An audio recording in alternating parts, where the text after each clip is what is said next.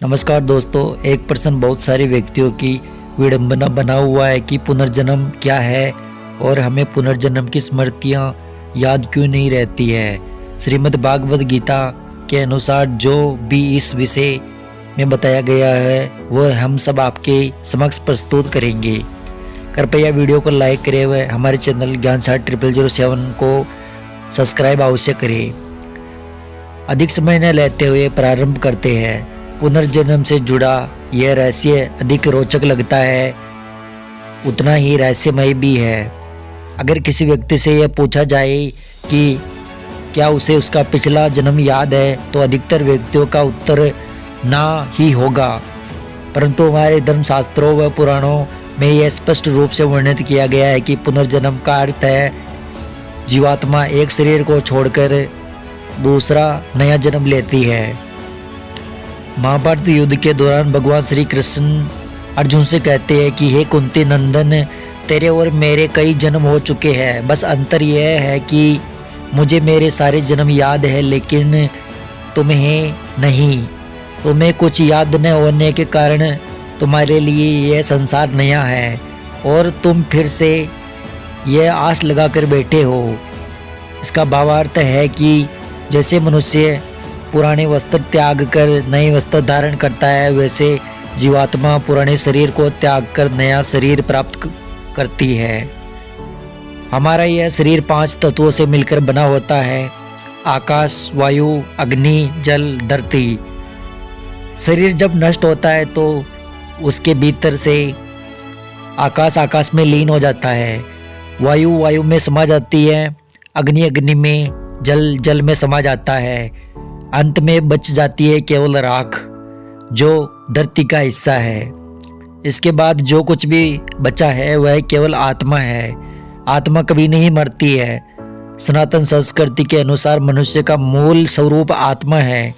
पुनर्जन्म की उदाहरणा कर्म पर निर्भर करती है, अर्थात आपके कर्म जैसे होंगे वैसा ही आपको जन्म मिलेगा। यही प्रकृति का नियम है। यहाँ जन्म और मृत्यु का चक्कर सदैव चलता रहता है और ये तब तक नहीं रुकता है जब तक आत्मा परमात्मा में मिल नहीं जाती है। जन्म और मृत्यु के बीच में जीवन माना गया है, लेकिन जन्म तो मृत्यु के बाद भी रहता है। जन्म और मृत्यु के बीच जो सबसे बड़ी कड़ी है वह आत्मा है। आत्मा शरीर में है तो संसार है। अगर आत्मा शरीर को छोड़ दिया तो पारलौकिक संसार है। विज्ञान के अनुसार जन्म और मृत्यु के बीच की कड़ी आत्मा सबसे उलझा हुआ रहस्य है। आत्मा से जब स्थूल शरीर छूट जाता है या स्थूल शरीर जलकर नष्ट हो जाता है तब भी उसके पास 2 चीजें बच जाती है, जिसे मन और सूक्ष्म शरीर कहते हैं। शरीर तो भौतिक जगत का हिस्सा है, परंतु मन अभौतिक है। यह मन आत्मा के साथ आकाश रूप में विद्यमान रहता है।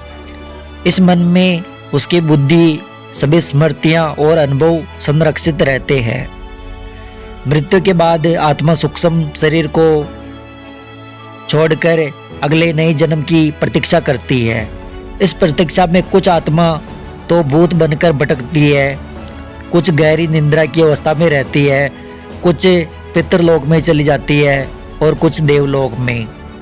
लेकिन सभी को फिर से धरती पर पुनः किसी जीव, पशु पक्षी या मनुष्य की योनि प्राप्त करने के लिए लौटना होता है। जिसके जैसे कर्म और विचार होते हैं वैसा ही उसे उस योनि में जन्म मिलता है।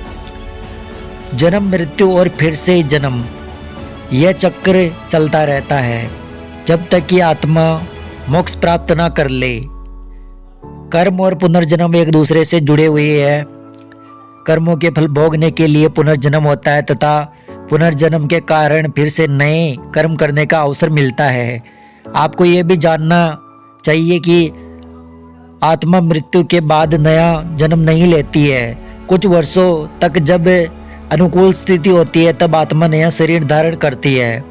कुछ दर्शकों का यह भी प्रश्न होगा कि हमें अपना पूर्व जन्म याद क्यों नहीं रहता है।